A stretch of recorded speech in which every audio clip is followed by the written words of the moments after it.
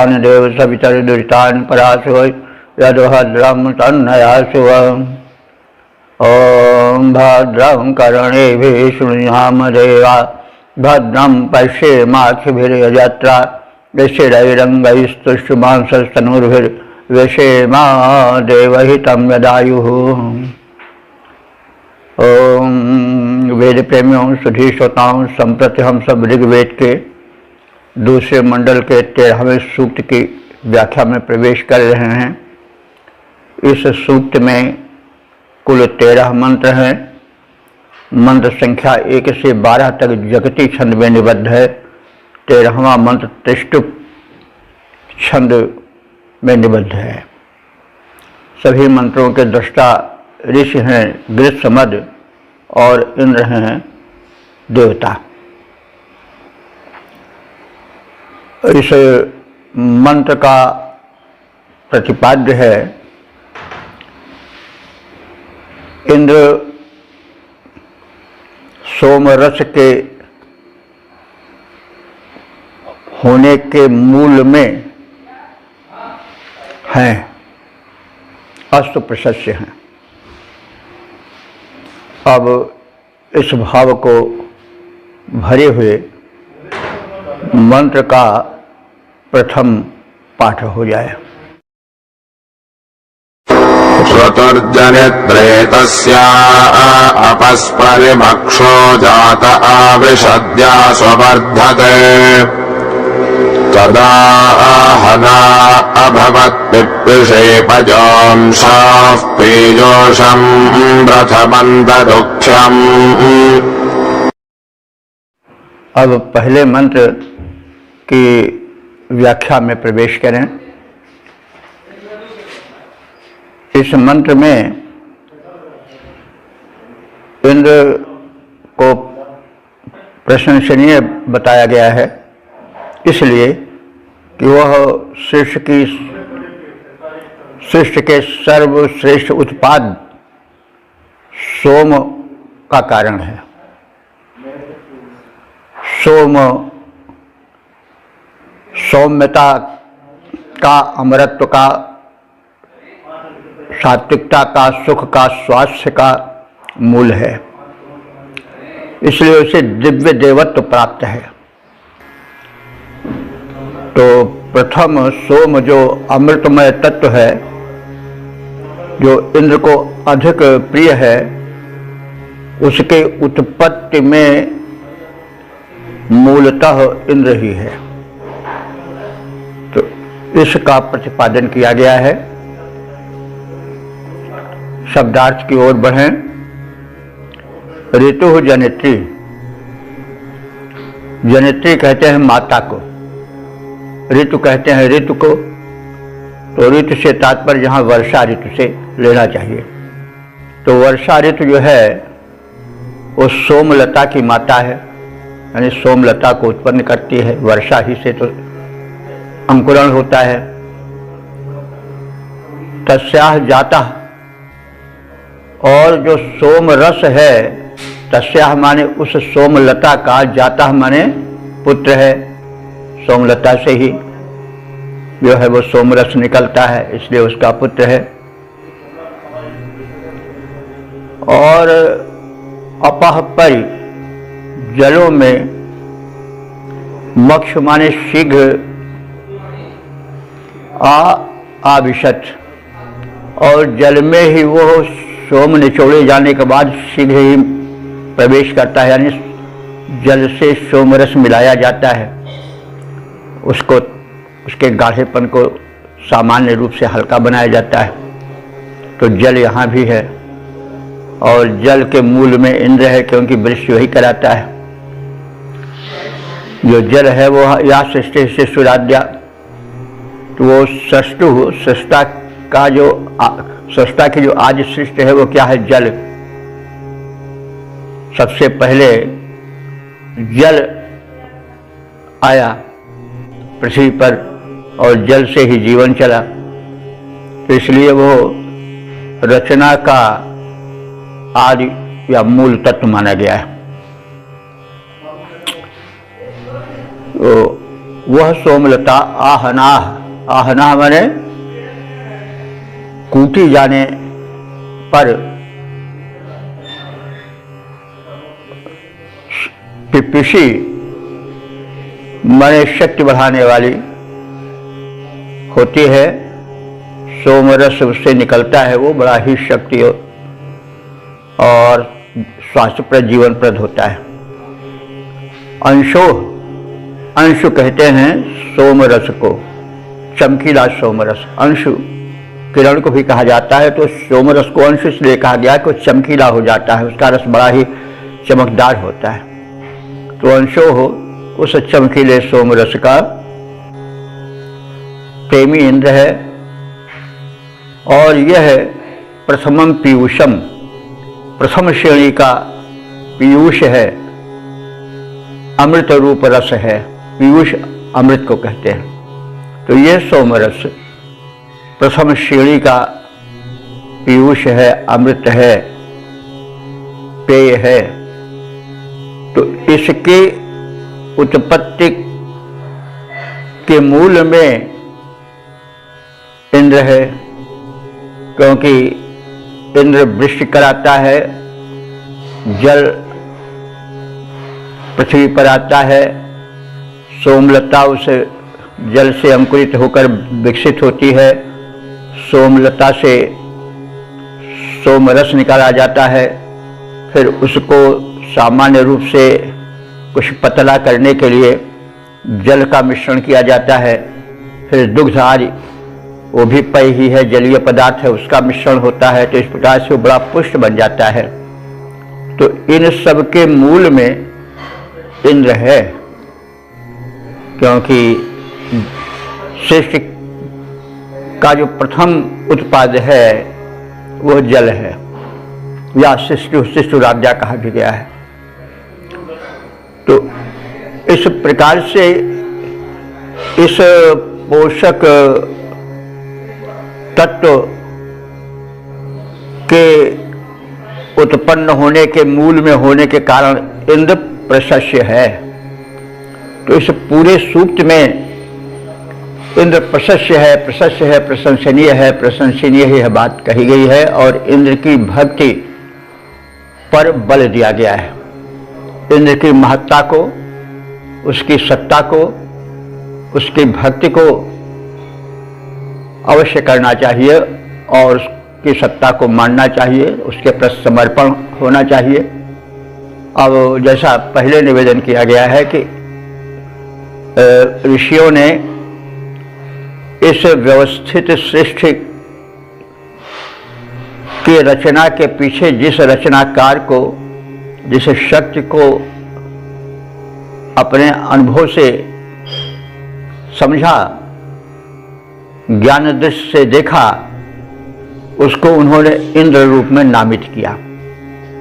तो इसके पहले वाले सूक्त में इंद्र की भक्ति पर बड़ा जोर दिया गया है, और उसके पश्चात फिर उसी के पूरक रूप में इस सूक्त में भी यह बताया जा रहा है कि इंद्र प्रशंसनीय है, इसलिए उसकी भक्ति, उसके प्रति समर्पण, उसके सृष्टि का समादर और उसके द्वारा निर्धारित नियमों का पालन सृष्टि संतुलन के लिए, जीवन को सुखी समृद्ध बनाने के लिए आवश्यक है। तो इस दृष्टि में हम सब मंत्रार्थ करें तो वर्षा ऋतु में सोमलता उत्पन्न होती है। सोम वर्षा का पुत्र है। कूटी जाने पर सोम का जलीय रस निकलता है। वो जल या दुग्ध मिश्रण करने पर और बढ़ता है। यह रसायन तुल्य अमृतमय पेय है और इंद्र का उत्तम हव्यान्न है। और इन सबके मूल में इंद्र की व्यवस्था है। अस्तु इंद्र प्रशंसनीय है। तो इंद्र की प्रशंसा, उसकी भक्ति, उसकी सत्ता की सकारात्मक मान्यता, सकारात्मक संपूर्ण जीवित विश्वास आवश्यक है। यह ऋषि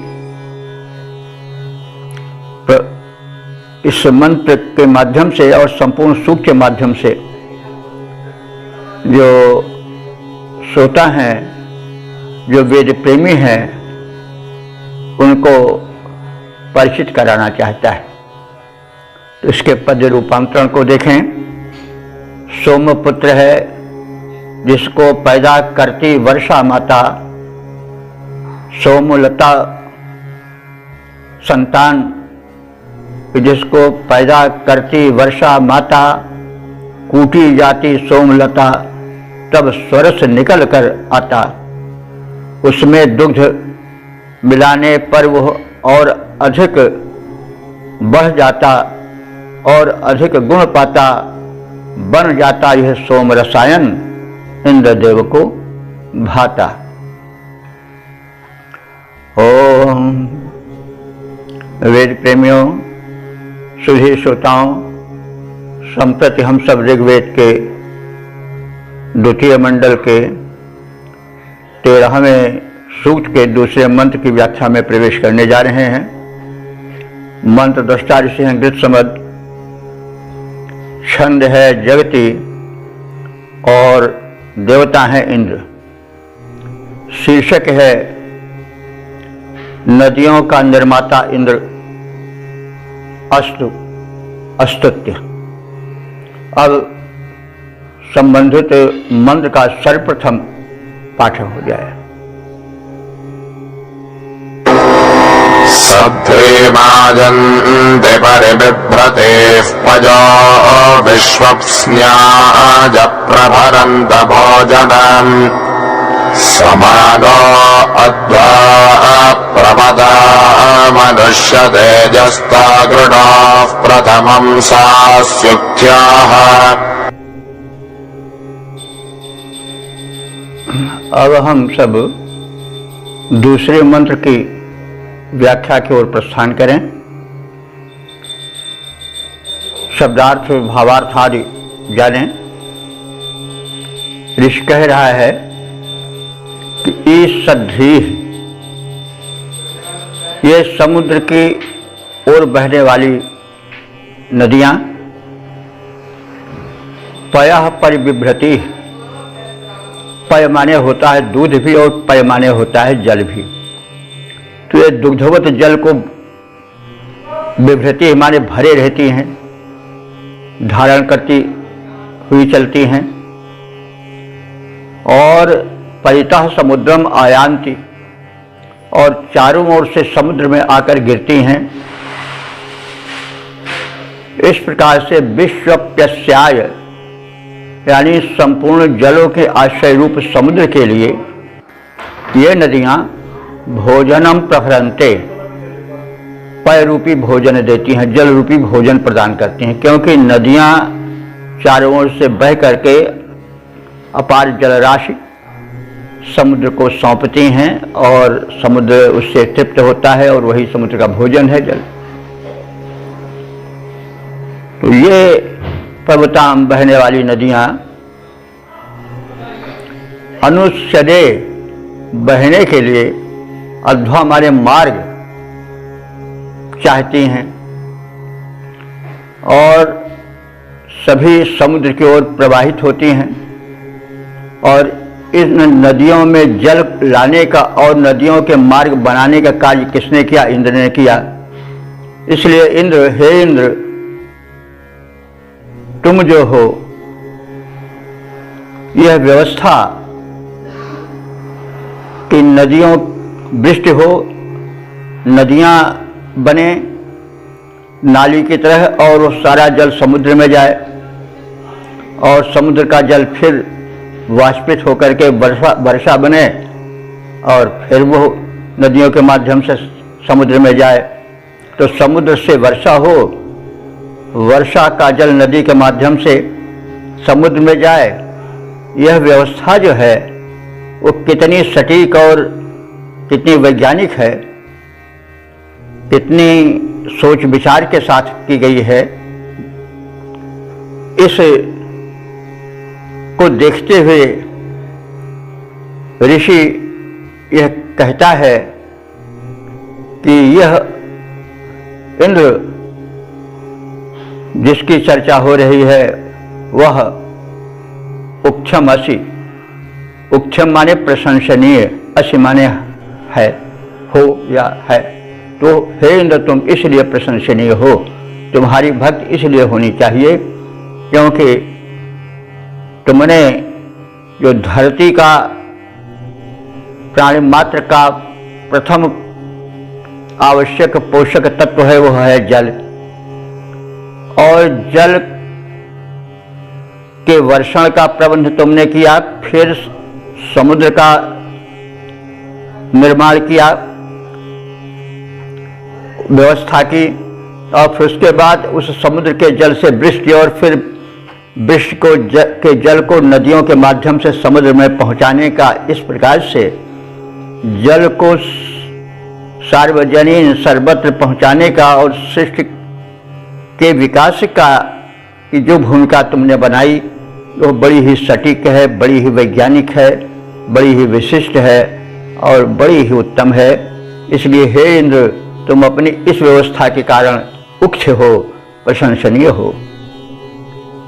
तो समुद्र की ओर बहने वाली नदियां जल धारण करते हुए सभी ओर से यानी चारों ओर से आती हैं, और इस प्रकार से मानो वे अपने जल के अर्पण के माध्यम से समुद्र को भोजन करा रही हों, उसका पेट भर रही हों। समुद्र की दिशा में समान रूप से प्रवाहित होने वाली नदियों का मार्ग हे इंद्रदेव तुमने बहुत पहले ही सृष्टि के प्रारंभ में ही बना दिया है, और तुम्हारी यह व्यवस्था बड़ी उत्तम है, इसलिए तुम स्तुति के योग्य हो, प्रशंसनीय हो, स्तुत्य हो। पद्य रूपांतरण देखें। जल का भार धार कर नदियां सभी ओर से आती, मिलकर सागर को वे सब भोजन भर पेट कराती। सिंधु गामिनी नदियों का पथ तूने प्रथम बनाया, हे स्तुति के योग्य इंद्र तुमने निज यश फैलाया। इसलिए हे इंद्र तुम स्तुत्य हो, मैंने यह गुण गाया। ओम वेद प्रेमियों, सुधीर श्रोताओं, संप्रति हम सब ऋग्वेद के दूसरे मंडल के 13वें सूक्त के तीसरे मंत्र की व्याख्या में प्रवेश करने जा रहे हैं। इस मंत्र के दृष्टा ऋषि हैं ग्रीष्मद, छंद है जगति और देवता हैं इंद्र। इस मंत्र का प्रतिपाद्य है सारी चेतना इंद्र से आई, अस्तु प्रथम, प्रशंसनीय है, स्तुत्य है। अब संबंधित भाव भरे मंत्र का सर्वप्रथम पाठ हो जाए। अन्वेको वदति यद्ददाति तद्रोपामिनन्ददपा एक ईजते विश्वा एकस्य विनदस्तितिक्षतेजस्ताकृणाः प्रथमं सास्युक्त्याः। अब हम सब तीसरे मंत्र की व्याख्या की ओर चलें। इस मंत्र में इंद्र की व्यवस्था का बड़ा ही वैज्ञानिक और सटीक वर्णन किया गया है। इसमें यह बताया गया है कि धरती में, इस सृष्टि में एक व्यवस्था है और उस व्यवस्था की जानकारी किसी एक व्यक्ति को नहीं है। इस धरती में जो कुछ उत्पाद्य है, जो कुछ है, उसके ज्ञान का विभाजन हुआ है, ज्ञान बंटा है। कर्म क्षेत्र भिन्न भिन्न हैं। एक व्यक्ति में समस्त बातें नहीं आ पाती। उदाहरण के लिए कपास खेत में किसान पैदा करता है, उसका कर्म क्षेत्र कपास पैदा करना हुआ। लेकिन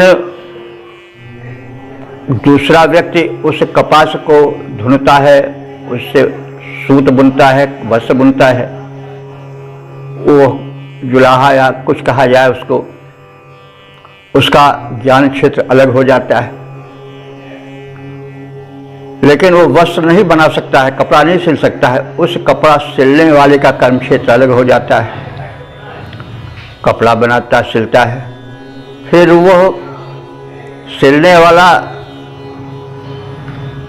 स्वयं नहीं पहनता है, उसको पहनने वाले की आवश्यकता होती है, तभी उसका श्रम सार्थक होगा।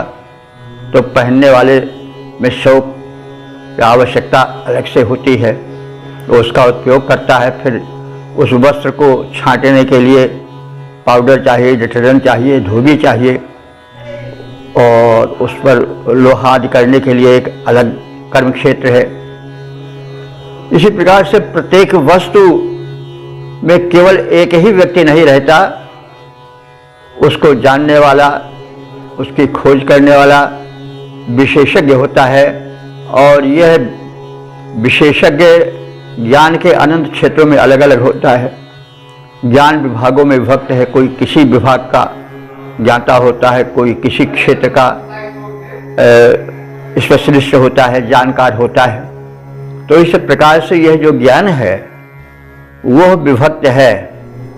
ज्ञान का क्षेत्र अत्यंत विस्तृत है और उसके स्पेशलिस्ट विशेषज्ञ अलग अलग हैं।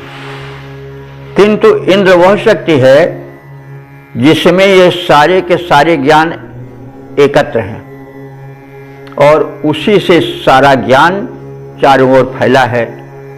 तो इसलिए इंद्र प्रशंसनीय है, क्योंकि संपूर्ण ज्ञान यदि किसी एक में सन्निहित है तो वह इंद्र है, इसलिए वह प्रशंसनीय है, पूज्य है, स्तुत्य है।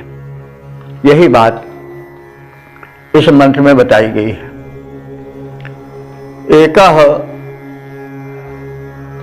यत ददाति, एक व्यक्ति जो सामग्री प्रस्तुत करता है, उत्पन्न करके देता है, लाता है, तो अपरः तत् अनुवदति, दूसरा विद्वान विशेषज्ञ उसको अनुवदत माने उसके अनुवाद कहते हैं, ट्रांसलेशन को नहीं एक। तो वैसे उस वस्तु में क्या विशेषता है, इसको अनुवदत माने बोलने वाला, बताने वाला कोई दूसरा होता है।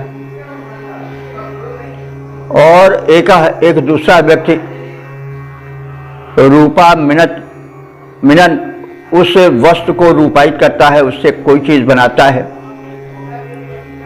सर्जन करता है। और इस प्रकार से एक व्यक्ति उसकी उपयोगिता बता करके और उसकी अनुपयोगिता बता करके कि इस वस्तु को इस समय इस रूप में सेवन करना चाहिए, तो विश्वाह इन समस्त बातों को बताता है। और विश्वाह माने समस्त विनुदः, जो हटाने योग्य कर्म हैं और जो स्वीकार करने योग्य कर्म हैं उन वस्तुओं से संबंधित, उनके विषय में वो विश्लेषण करता है, जिसको हम विधि निषेध कहते हैं। विद्वान लोग बताते हैं कि क्या विधि है, यानी किसे हमको स्वीकार करना चाहिए और किसे निषेध माने किसे नहीं स्वीकार करना चाहिए। जैसे अंकुरित अन्न हमें स्वीकार करना चाहिए, लेकिन अन्न को तल भून करके उसके तत्व को निकाल करके उसको दूषित बना करके नहीं खाना चाहिए, यह जो निषेध है। तो क्या कर्म करना चाहिए, क्या न करना चाहिए, तो क्या करना चाहिए वो विधि है।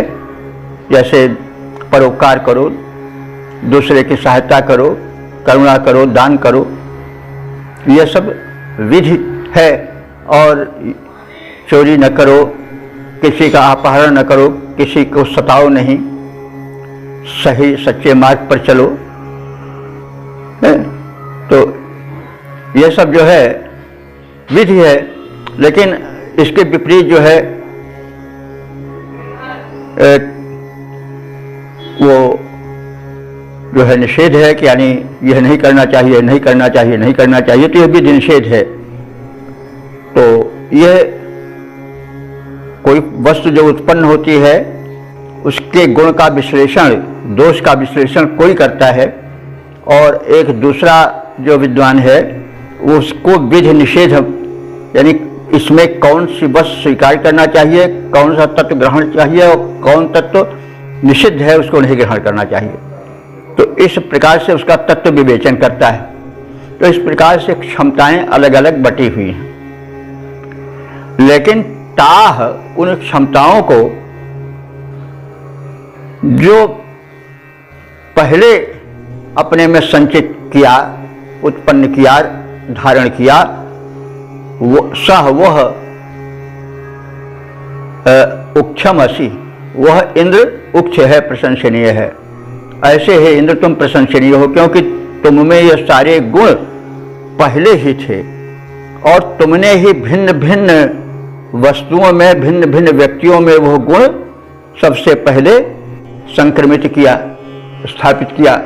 मूल तुम हो सबके, और उसका विवेचन करने वाले, उससे भिन्न भिन्न वस्तुएं बनाने वाले आदि जो व्यवस्था चली वो सब भिन्न भिन्न बटी हुई है, लेकिन तुम में सबका समाहार है और मूल में तुम ही सबके हो।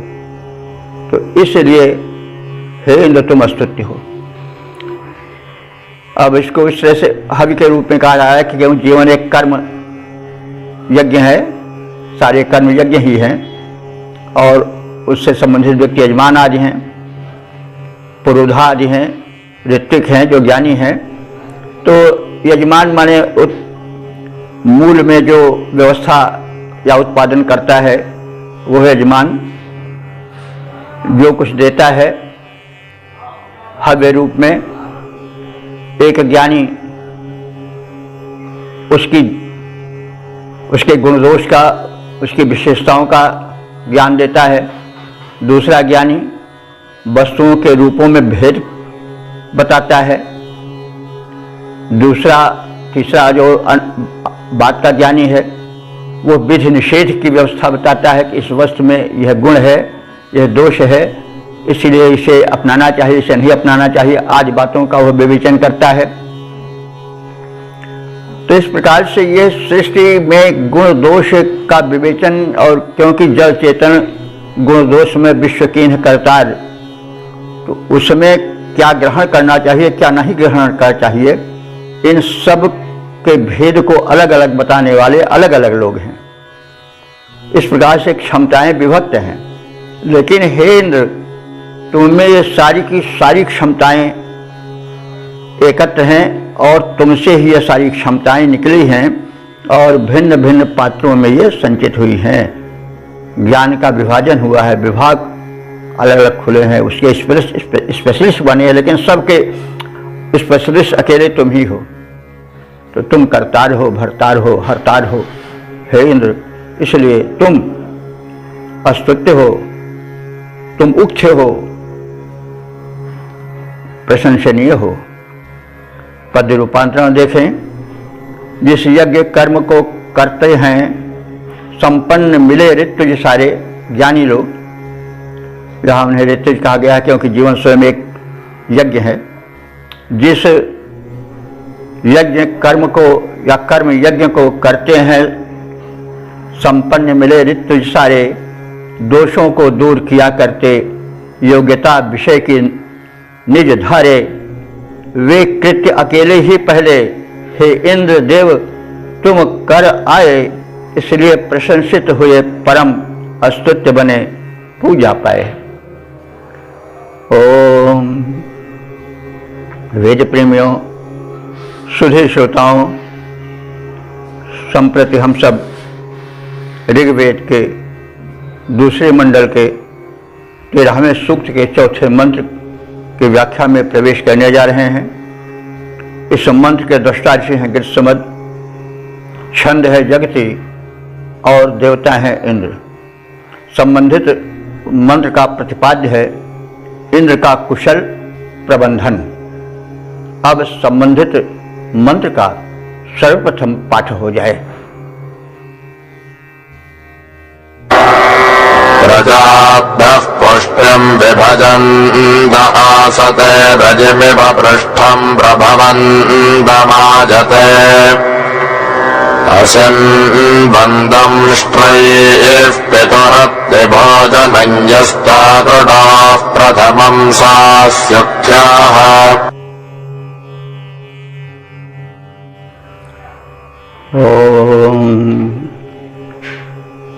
अब हम इस सूक्त के चौथे मंत्र की ओर ध्यान देंगे। शब्दार्थ व्याख्या पर विचार व्यक्त करेंगे। तो इंद्र जो परब्रह्म परमात्मा के रूप में ऋग्वेद में स्थापित किया गया है, उसकी व्यवस्था कितनी नियोजित है, कितनी व्यवस्थित और उसकी योजनाएं कितनी सटीक हैं, इस पर प्रकाश डाला गया है। उस व्यवस्थापक परम शक्ति इंद्र रूप परमात्मा ने या इंद्र नामधारी परमात्मा ने प्रजाओं के लिए व्यवस्था की और आने वाली प्रजाओं के लिए भी पृष्ठम प्रभवंतम पालन हेतु योजनाएं बनाई। और रई कहते हैं धन को, उस योजना को धन के रूप में चारों ओर वितरित किया। और पुष्टिम, उसने पुष्ट अन्न की व्यवस्था सर्वप्रथम की। अन्न से तात्पर्य अदते इति अन्न, जो आहार रूप में प्रयुक्त हो सब अन्न है। तो भिन्न भिन्न प्राणियों का अन्न भिन्न भिन्न है। सारे प्राणी तो उसी के हैं, इंद्र के हैं या परमात्मा के हैं। सबके भोजन भी भिन्न भिन्न है। कोई मांस खाता है, कोई अनाज और फल फूल खाता है,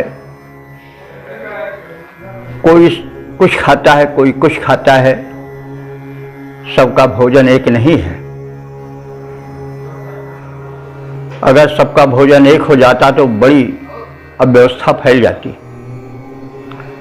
सब अगर शाकाहारी हो जाते तो धरती छोटी पड़ जाती उत्पादन के लिए।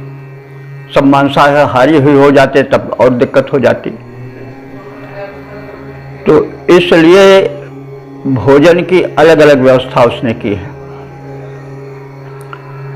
पहले वनस्पति से ही लें। वनस्पतियों,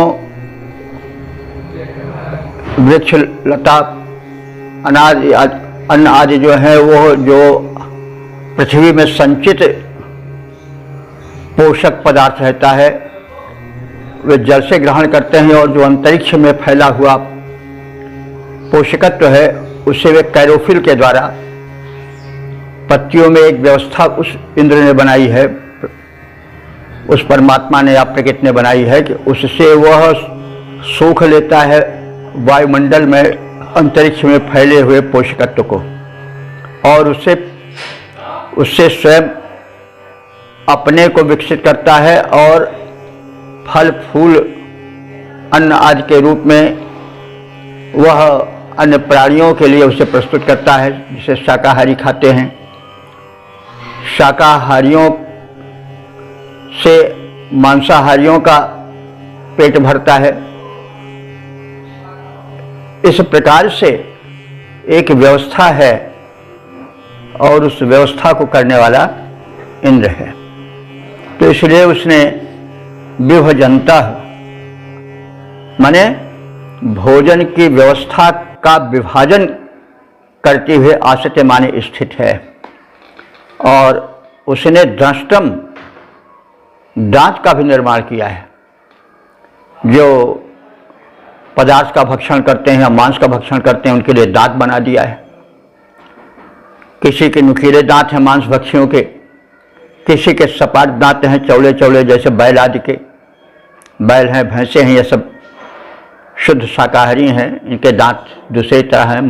मनुष्य को भी, मनुष्य जो है वो हालांकि सब कुछ खाता है, लेकिन उसके दांत की बनावट यह बताती है कि वो मूल रूप में शाकाहारी ही है, क्योंकि उसके दांत जो हैं वो मिलते जुलते हैं बैल गाय आदि के दांतों से, शाकाहारियों के दांतों से। खैर, तो कहने का मतलब ये जो विभिन्नता उसने सृष्टि में बनाई है वो बहुत सोच विचार के बनाई है। ये बातें सूक्ष्म रूप में कही गई, मैं उसको विस्तार के साथ बता दे रहा हूँ। तो कुछ को उसने दांत दिए, कुछ को उसने शोषण की शक्ति दी, कुछ को निगलने की शक्ति दी, और इस प्रकार से सबके आहार को पचाने की विधि को भिन्न भिन्न रूप में उसने प्राणियों में वितरित किया।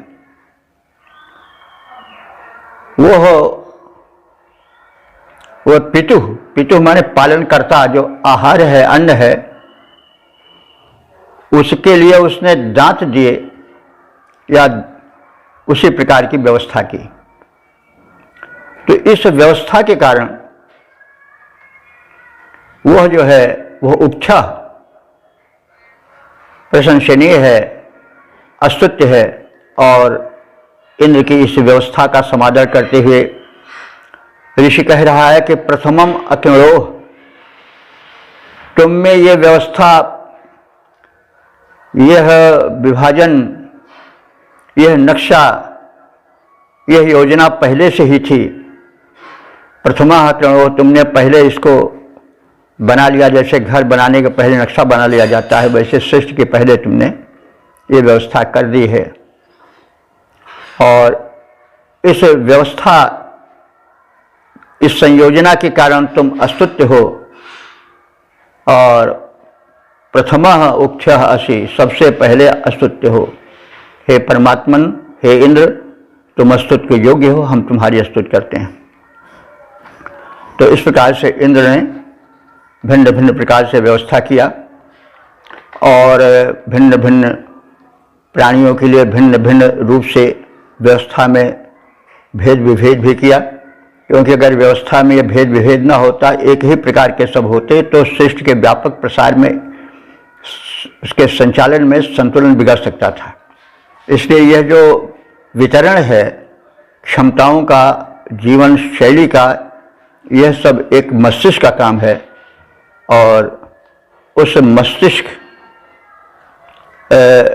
को हम नमन करते हैं और वह इंद्र में है, इसलिए वह अस्तुत्य है। तो इस प्रकार से कार्य क्षेत्र के वितरण, जीवन संचालन की व्यवस्था के कारण इंद्र प्रथम अस्तुत्य है। और उसके इस प्रारूप, इस सक्षमता, इस व्यवस्था के आगे नतमस्तक ऋषि उसको प्रणाम करता है। हम भी उसे प्रणाम करते हैं। इसका छंदबद्ध रूप इस प्रकार से है। सुखद व्यवस्था शिष्ट हेतु तुम इंद्रदेव करते आए, भांति भांति के कार्य भेद तुमने ही तो हैं प्रकटाए। इसलिए इंद्र अस्तुत्य बड़े, हम सादर शीश झुकाते हैं, तेरे हेतु स्तोत्र बनाते, तुमको उसे सुनाते हैं। ओम।